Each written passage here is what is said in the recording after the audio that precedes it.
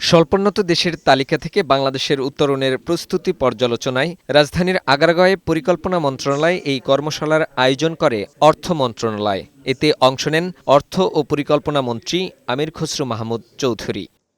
কর্মশালা শেষে অর্থমন্ত্রী জানান, বর্তমান বাস্তবতায় স্বল্পোন্নত দেশের তালিকা থেকে উত্তরণের জন্য বাংলাদেশের পূর্ণ প্রস্তুতি নেই। বাংলাদেশের যে দায় দেনা হয়েছে, এটা ম্যানেজমেন্ট একটা বড় ধরনের একটা সমস্যা হয়ে দাঁড়িয়েছে।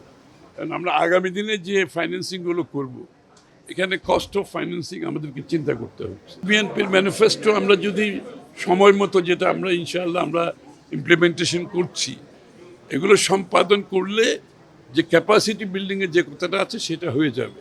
তখনই আমরা রেডি হব, তখনই গ্র্যাজুয়েশনের দিকে যাব। এই মুহূর্তে গ্র্যাজুয়েশনের দিকে যাওয়ার কোনো সুযোগ নেই। আগামীতে দ্রব্যমূল্যে জ্বালানি সংকটের প্রভাব পড়বে বলে জানান তিনি। শুধু জ্বালানি সংকটটা না, সমস্ত কমোডিটি, খাদ্যদ্রব্য, পণ্য সব কিছু প্রভাব পড়বে।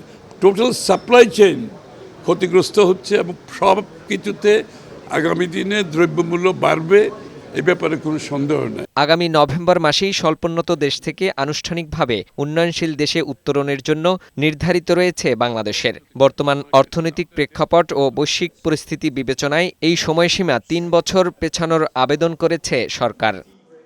ফাহিম মুনাইম, বৈশাখী সংবাদ, ঢাকা।